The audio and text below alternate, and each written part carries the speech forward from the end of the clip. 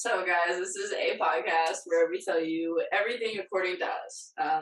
Spirituality, conspiracy theories, and story times that make you feel less alone and more appreciated. This is us.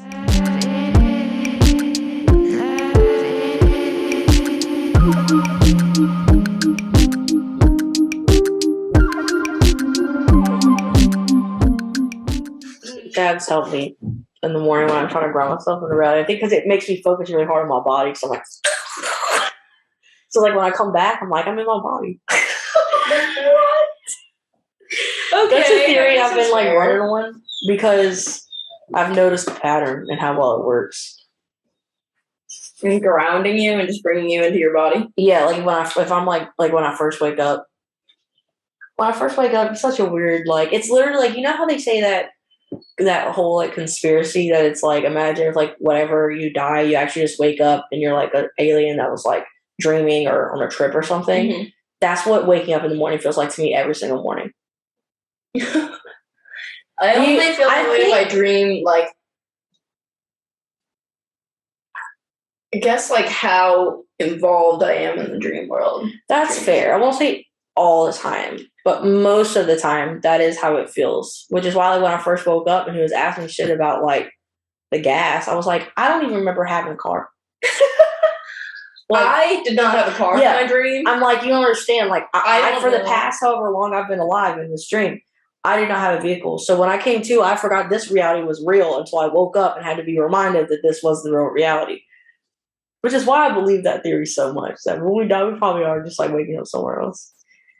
Well, and I saw this one video and it was like, I think it was Dolores Cannon, and she was talking about how the dream world, the dream realm is an actual place that your consciousness goes to when you dream.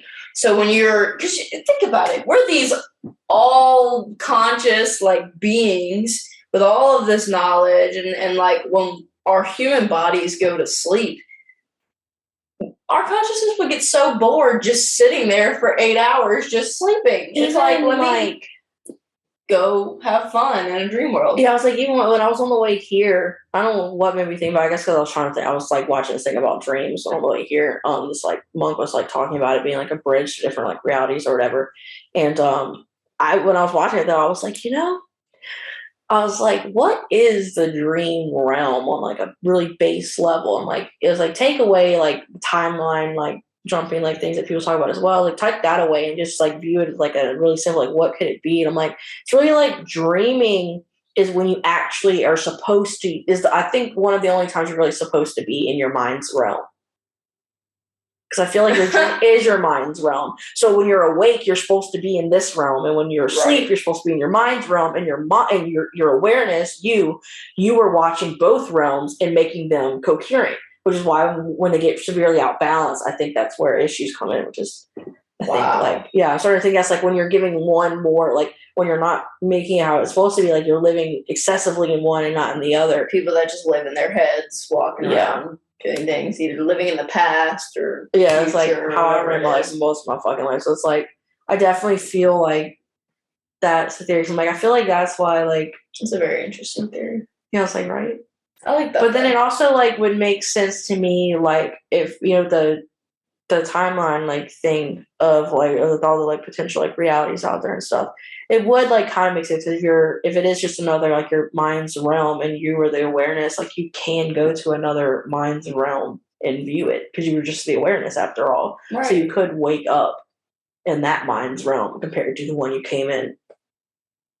So that's why you're so stuck in that. Yeah, I was like, that's also like the theory for like I have theories for like if you're like if it is like a thing between like timelines, right? If you can go into a dream and wake up in like the slightly altered like timeline, like where something's like better or worse for you, depending on what's going on or whatever the fuck. Like the theory of like, is it really just like is timeline jump really just like astral traveling, but not traveling back to the host body and traveling back to another reality's host? Like do y'all just switch host? That's my theory. That's my question. I just because like I view human bodies. I view human bodies like little like machines so much that like it's really fascinating to think about them like just as like a machine.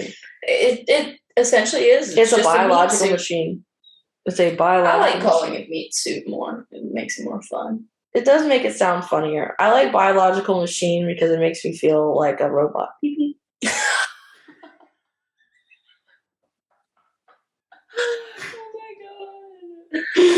I mean, I get whatever floats your boat, you know?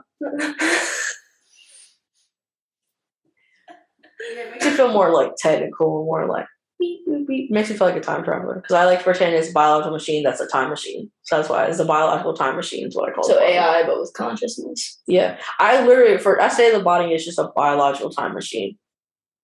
It's all it is a time machine, and your mind is the traveler. It's just a vehicle. Yeah, it's just a vehicle.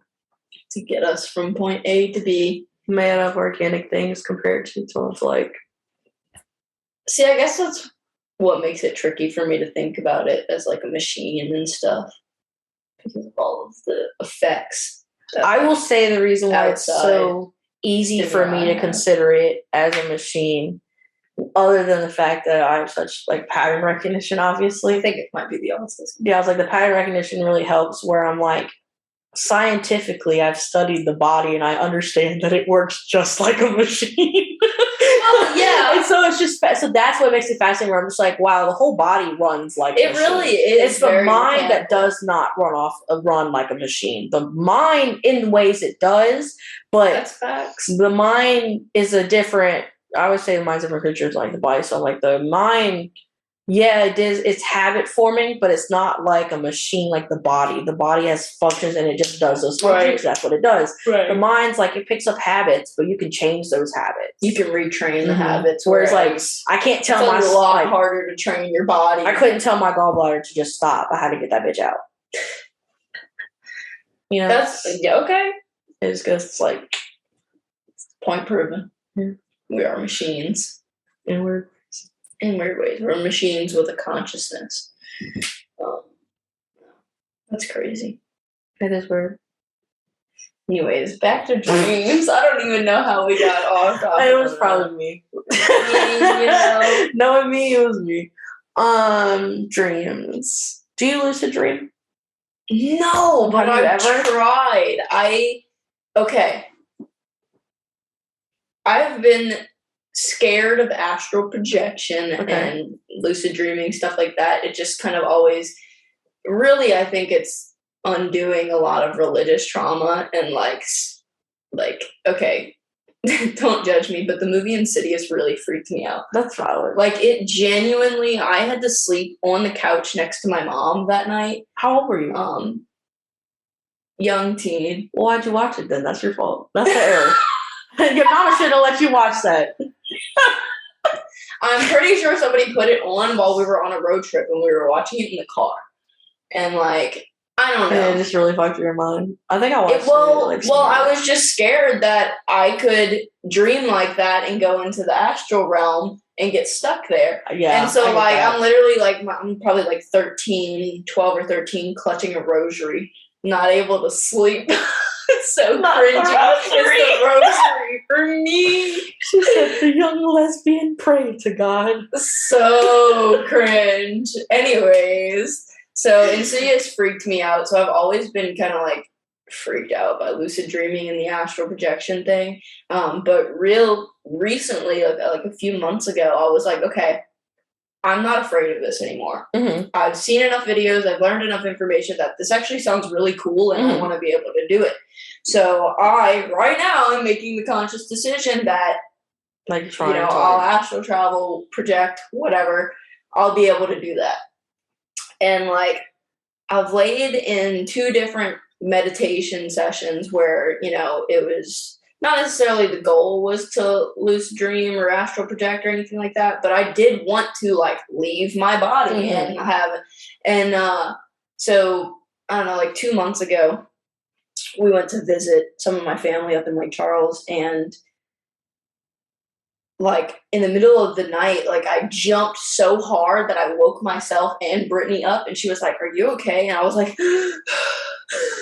but all I could remember the next morning was me falling from motherfucking outer space into my body, I was like, was I coming back from an astral projection? Like, did I because I literally felt like I was not in my body. And so I don't know if I did then, but I think that's about the closest experience that I've had to any sort of lucid dreaming, astral projection, and I really want to. I want to do like the full like astral projection. So like I've seen a bunch of different like ones, where they talk about it. And I've watched a lot of stuff on like full blown like astral projection. I haven't been able to like do that either. However, I didn't know about lucid dreaming until I was like an adult, and at that point, I realized I've been lucid dreaming my whole life. That story you told me when you told somebody in your dream, "Oh, it's okay, it's just a dream," and they got angry at you. Oh yeah. Because when I realize that, when I don't realize it's a dream, they get angry, they get confused, or they like try to like lie. Like my favorite one was when I in my dream, the rave group, the original rave group, we were all in Rave Canada. sluts.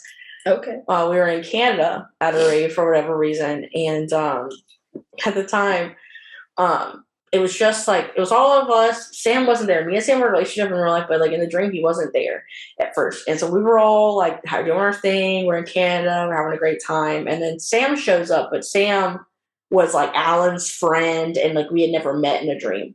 And I got mad because I was aware I was in a dream. You did. So like when I was aware I was in a dream, someone else said, "So wait, we're not together?" And like I realized that no, like and like I remember thinking like in this reality, like we aren't, like we're not together. And I was like we hadn't even met. I was like, what? Oh, that's and weird. So the idea of going out and partying and knowing that like we weren't together fired me up, and I couldn't do it. And I remember I walked up to Gail in the dream, and it was like all like concrete ground, concrete walls, and then we were walking, and I said, we were like in a city like area. I was like, Gail, I need you to beat the shit out of me. She was like, what? I was like, I need you to stomp my head into the concrete. And she was like, I would never do that to you, Saige. I love you. And I was like, Gail, it doesn't matter. I'm asleep. And she was like, Saige, you're not asleep. And I was like, Gail, I'm asleep. And she's like, Saige, you're not asleep. And like she was arguing with me, like trying to make me think I was crazy, like to second guess myself. I lost my mind. I ain't gonna lie, had I not been just the smidge of stability I was at that time, it probably would have set me off. Because I remember getting, instead of being like, I was so confidently like I knew I was dreaming at that point. Because the little things I was going on throughout the dream, I had so much proof that I was dreaming. So I was so like fighting her about it. She's like, you were not dreaming. And I was like, Gail, punch me, get me on the ground, stomp my foot into my head into the concrete. If I am not in a dream and I go to the hospital because you have stomped my head in the concrete, I will give you $1,000. I said, do it. And she's like, no. I was like, ah! I was like screaming at her, and all I remember is a swing. I didn't feel shit. I just remember my vision dropped to the ground, and I remember seeing her like foot like coming towards me in her little like dog martin. And then I just remember like I woke up and I was like, damn, see, I knew I was dreaming. Meanwhile, you probably just like jumped into some alternate reality's body. And you're like, yo, Gail, beat the crap. I was like, okay, so I have this theory that if your body dies before your consciousness is done with it, you just jump to another reality. Yes. So my theory was like, what if I really did make Gail like beat the shit? What if in some reality Gail like really was like, you're not like dreaming? And I was like, beat me up, and she really had to beat me, and I actually woke up in the hospital in some reality. How do you explain that to the police in the hospital? Like, I don't know. She told me to beat her up. She told me to stomp her head into the concrete. That's kind of like that's basically the main, I don't want to spoiler alert for anybody that's watching the OA or is going to. That's kind of like the whole point of the OA. Really? It's like when your body dies, but your consciousness is able to jump to a different reality. You are in that body again, but you're living a completely different life. You have no idea who you are, who these people around you are. You're like, I see myself in the mirror, this meat suit that I'm used to, but I'm not I get this person anymore. You have to watch the OA. I get that. It's so good. Because you understand, like, the time that, like, my car spun across the interstate and I didn't die, like, nothing happened, I'm telling you, like, I'm convinced that one reality, I didn't make it, I just, like, jumped. I'm like, how? None of it made sense to me, right? Anytime you have a near-death experience. Every time I have a near-death experience, the way after, I'm just like, this doesn't add up. Something is weird. Doesn't help that there's all those like Mandela effects that really trip me the fuck out. Because I'm like, ain't no way, like Fruit Loops. Do you remember the dog? Which one? The dog. Oh my god. Marshall really thinks it's like one of those Mandela effects. Like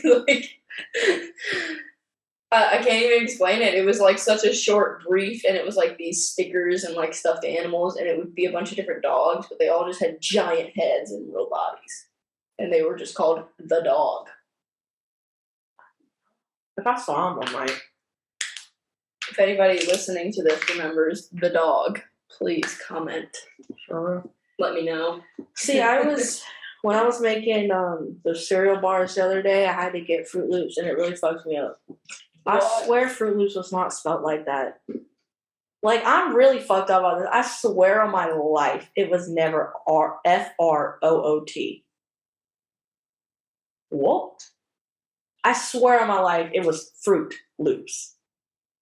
Where the fuck is F-R-O-O-T? It looks stupid. It doesn't look right.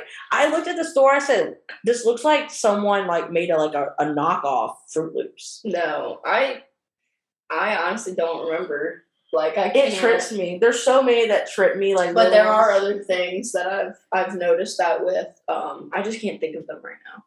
But Fruit of the Loom. They used to have that. They had the cornucopia. You know, they say they've never had the cornucopia, and it's just like the little.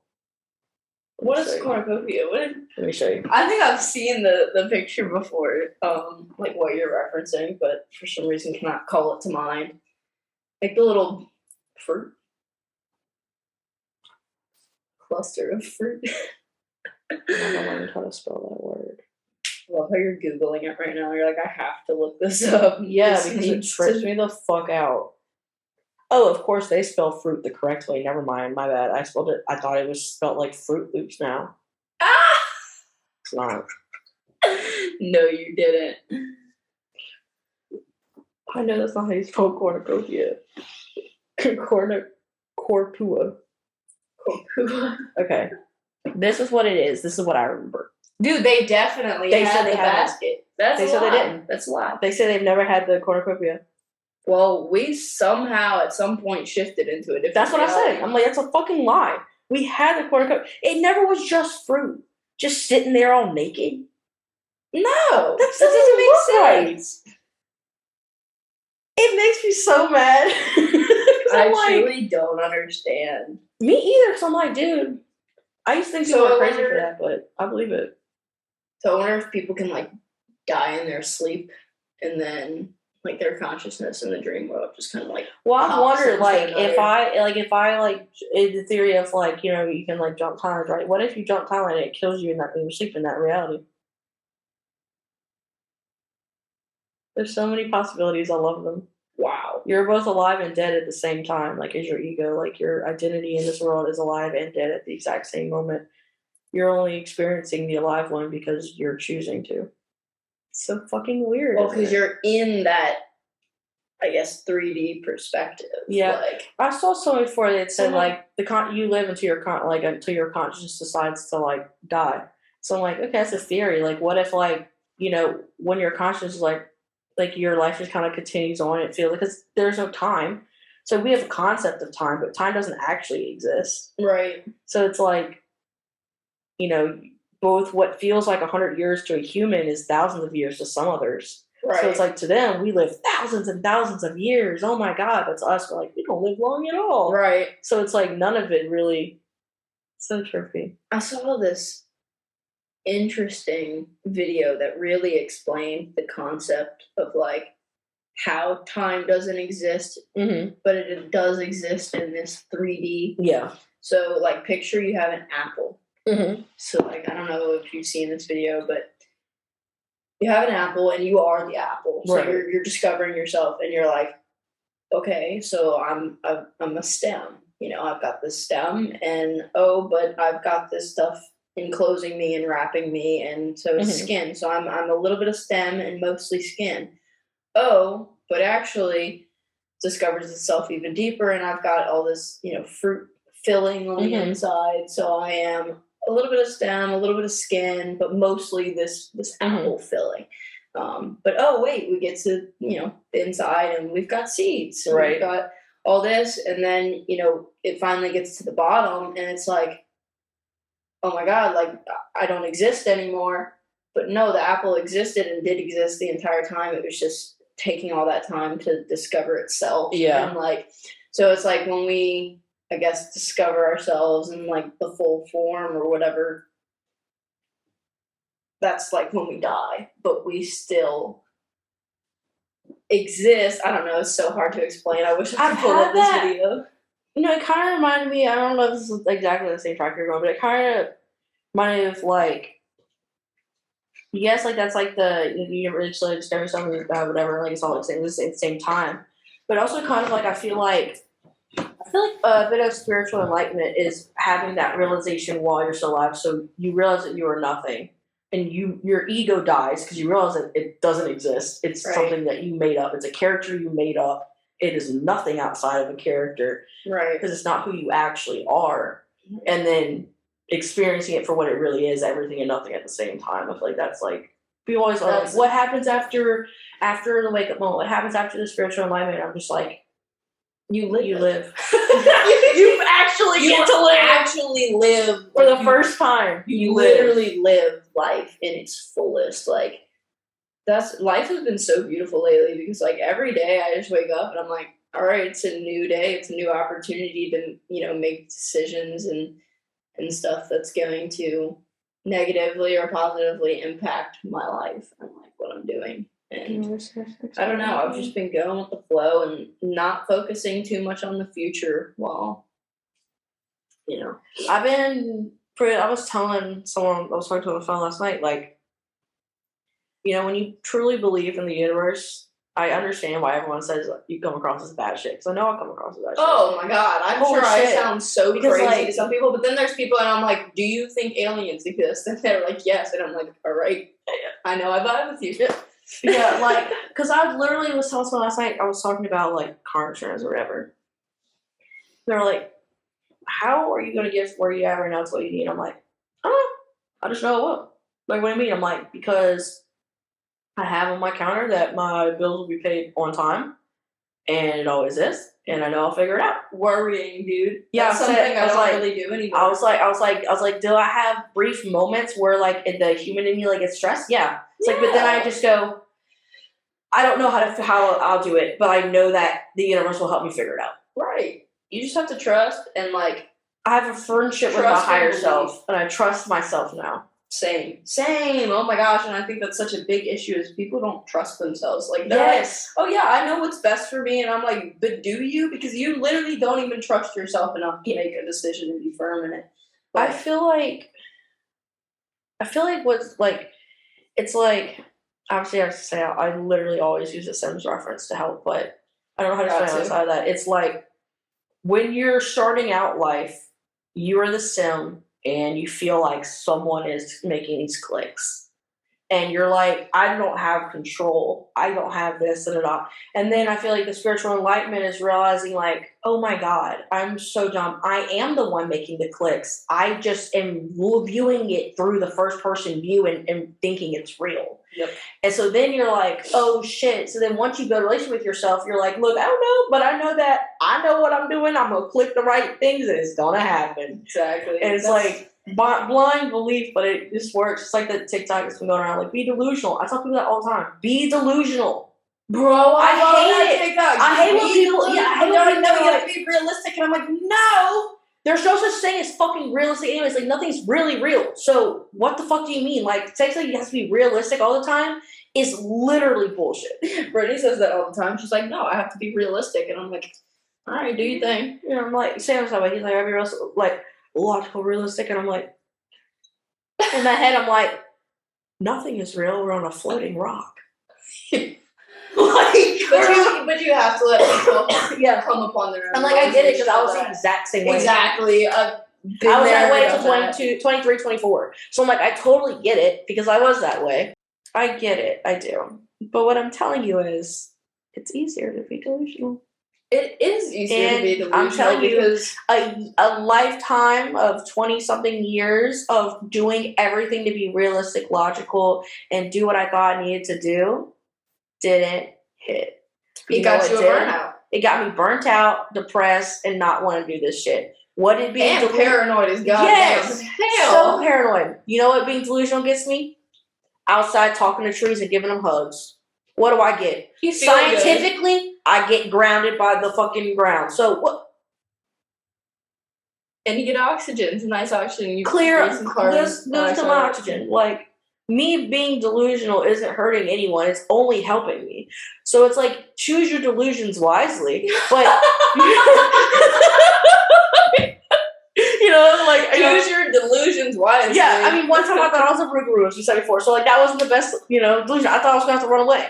Okay, so choose your delusions wisely, but like, think above your ego, your higher self. I'm telling you, in a very meta level, choose your decisions because you can tell what delusions are going to benefit you and which ones are going to hurt you. Oh yeah, You can tell, believing that everyone thinks I'm hot. That does not hurt me. That makes me confident. Makes me feel like no one thinks I'm ugly. Why do I feel like I'm ugly? Everyone thinks I'm hot. I am hot. But telling myself, I'm just like, it doesn't hurt me. Right. So That's I'm just like, fair. why not? That's fair. You know? I love to when I'm singing. I'm like, God, everybody's sitting there like, damn, that's the next Mariah Carey. Nobody out there saying that. Nobody out there saying that. But in my head, they're like, damn, Ariana, like they ready to throw me on main stages because it makes me more confident while I'm singing, so I don't get in much of my head.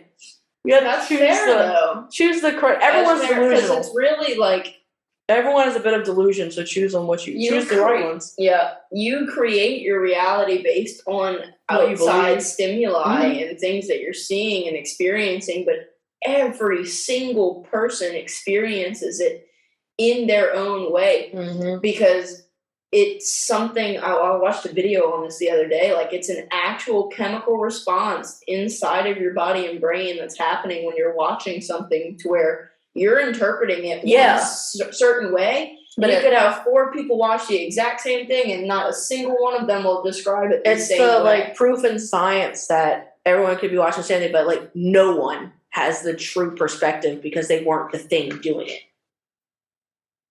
Experience is the greatest teacher. Experience is the only true perspective. Right. My mom used to tell me that, a stupid person, doesn't learn from their mistakes. A smart person learns from their mistakes, but a wise person learns from other people's mistakes. I used to believe that hardcore, but then I'm like, fuck no. It's a combination, dude. You can see it from an outside perspective, but you didn't actually experience that. You're not getting that experience, and it really is the greatest teacher because I've talked about things with a certain outside perspective on a certain topic. Let's talk about polyamory and stuff like that. When I wasn't, Brittany and I weren't polyamorous as a couple, I had a whole different view on that. I was like, no, I don't ever want anybody else in our, that. And then we experienced it and we were like, oh shit, definitely not what we thought. Not exactly what we wanted. Expected. Not what we really want to do, but we did it. We experienced it and fuck, did we learn a lot from it. Yeah. So I just feel like growing up, people always told me the same thing. So I always didn't do shit and just listened to what people told me. God, that's so good and good and bad. The bad things. Then you experience. I have nothing. Yeah, I have very little experiences. Literally the other day, somebody was talking about kayaking. I was like, that seems cool. They're like, you never kayaked? I'm like, I didn't go tubing to 2 years ago. What you mean? I never went to a lake. I never did that. I didn't do things. I just listened to what people told me. I'm glad you woke up when you did, because you still got a lot more life to be able to live. Oh my God, that's cool. Shit. But I didn't experience shit because of that. And now I'm kind of where I'm choose what you're willing to risk the side effects of if you want to listen or get the experience. Because there are some things that people tell me, and I know they're right, but I'm like, you know what? I want to experience this. I still want to experience it. Yeah, I'm I know what you're saying, but I want to experience this and learn it through the experience. I want to be able to have the ins and outs of my perspective of that experience. Then sometimes I'm just you know what? I'll take your word for it. You know what I will? No, yeah, if it sounds crazy enough and like there's some people big say some consequences, bad I'm like, shit. all right, Yeah, big enough consequence. I'll believe you. People could be like, "Oh, it's so easy to rob a bank," and I'd be like, "Yeah, you go do that. You let me know." Like, I'm sure it is. Like, it could literally be easy, but I'm not risking that. Let me know how that goes for you. Yeah, like, let me go. If you get through with it, though, I was your wingman. Like, I love you, support you. Give you, like, 2%. I'll watch, from I'll watch on the outside news. view. Yeah. I watched on the news. I was there for you. I'll watch on the news. I'll send you letters in prison. I'll put money in your commissary, baby. Let's go. So supportive. Fucking, like, literally yesterday I was talking to Riley. She was telling me about how she's on the TikToks where it's, like, women who, like, find, like, a pen pal boyfriend in prison. And she's like, what? And I've seen those. And she's like, I'm on that TikTok. I said, girl, get off of that TikTok. Riley, get off that TikTok. She's gonna watch this in a few weeks and she'll be like, you right. She said, I don't know, I was kind of considering. But I could totally see her getting a pen pal in prison. She said, I said, no. She said, yeah, I thought that probably wasn't a good idea either. I was like, yeah, no. Love you, Riley. I told her that I feel like, I just question, like, it's just so crazy to imagine. You should be a pen pal. I had a pen pal when I was in, like, 4th or 5th grade, and they lived in a different state, maybe even a different country. I think they lived in Canada. But I just remember writing a couple letters to this person. It was pretty cool. I pretended to be my own pen pal. Saige. I really wanted a pen pal, but I didn't know how to find one.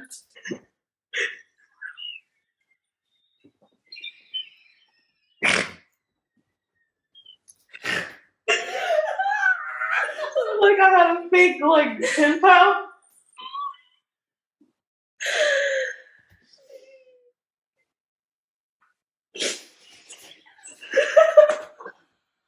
Listen, I entertained myself as a kid. Oh, clearly.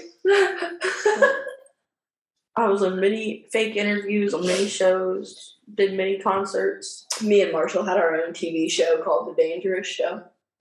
She'll do dangerous shit? Yeah. We would do, like, flips and stuff off of his, like, playhouse and swing set. Yeah. And we would make potions, being witchy as a kid. Yes. I swear. When I was a kid, I did have this brief period where, like, me and one of my old friends would, like, record ourselves. Like, Mariah would record me and Danielle doing a fake kitchen show where we would just find random things in my grandma's, like, pantry and put it together and make ourselves eat it.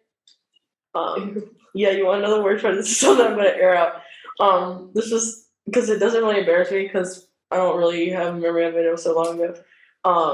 But we were in the kitchen, and I don't remember what the fuck they put in this, but I remember, like, Mariah tried it, and just, like, the way she started spitting out into this thing, it made me laugh so hard I pissed myself. Like, I had to go to the bathroom so bad, and then I went to go, and right before I went, she was like, wait, let me just do the end, and we called it Mucho Gusto El Grande. And, like, she went to eat it, and just, like, the way I literally laughed so hard, I like, froze. I was like, oh, no! Just, you knew. You're like, I can't even stop it. In my credit, I had surgery at, like, 7 or 8 that they, like, widened my urethra because I kept getting UTIs as a kid.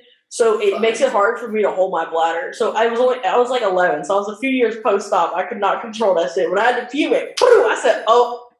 Oh my God. I just remember Mariah panning to me with her phone camera going, it's like a waterfall. That would ring in my head for the rest of my life. When I look back on it, it's hilarious because it felt like me. I'm just like, that's so fucking funny that it happened. It's just like a funny, like, thing. Like, it's like, I know that it was me that did it, but I don't feel embarrassed at all.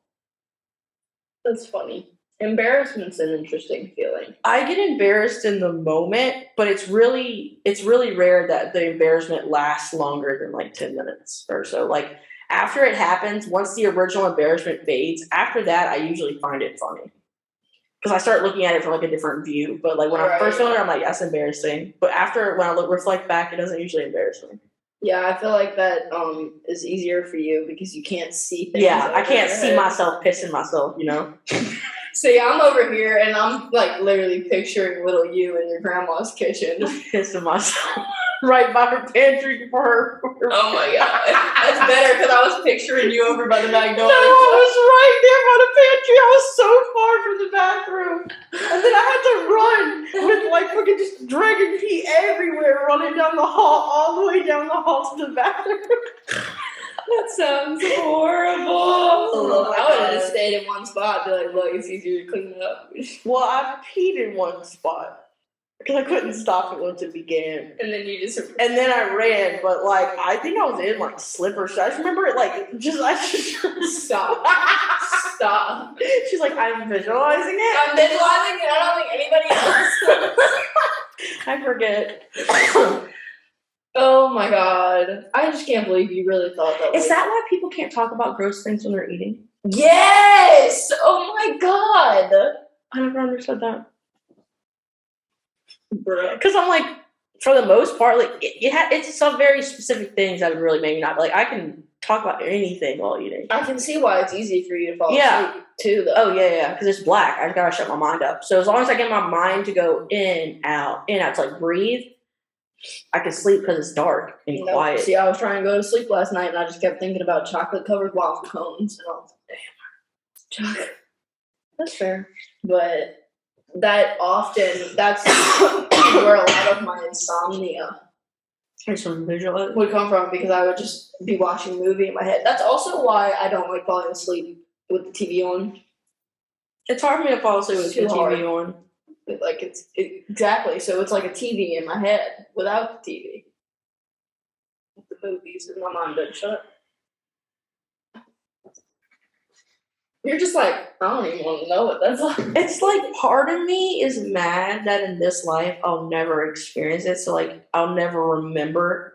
Like I, Saige, won't remember being able to experience what the fuck you're talking about. That's why psychedelics used to blow my mind. Like it would be really hard for psychedelics to give me close eye visuals, but when they would, I'd be like, oh yeah. And the other day when you were like, I just see black, and I told you I don't really see black. I see kind of like there's a color. I actually realized that I see fractals, but black is like the background color. Like, you know how your phone, you turn it on night mode and like everything's darker in the background? Well, everything's dark and it's like quote unquote black, but I will literally see fractals, like just spinning patterns, fractals, just endlessly repeating like all these beautiful colors and stuff. And like when I'm on acid, it's definitely more like I'm watching a video of them, but like when I just close my eyes regularly, like that's how it is. If you were to put your shirt like this and press it really hard against your eyes and you cover them, that's what I see. Just black. Nothing. But it's not just black. Keep your eyes open. That's what I see. Keep them open? Yep, that's what I see. Just black. Damn.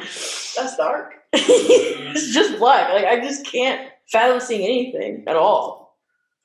No wonder it's hard for you to wake up and come back into this reality. You're like, it's a weird shift. It's like it feels like I'm in one reality and then I go into this spaceship that like decontaminates you and pressurizes you to go to the next one. That's what it feels like. So, thank you guys for joining us on today's episode. We hope you enjoyed our talk about dreams and everything else that we talked about. And we hope to see you guys next week. Love and light.